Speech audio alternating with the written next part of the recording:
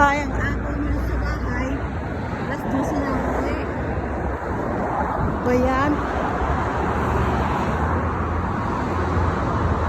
Lalikabok na naman. Pauwi pa lang. Nagbas ang lola ninyo.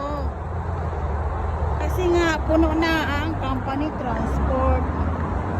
Araw-araw na lang puno. Ay, kapagod. Lalakad pa, galing sa cafe. Bababa. 5 minutes pang lalakarin, papuntang bahay. Ang buhay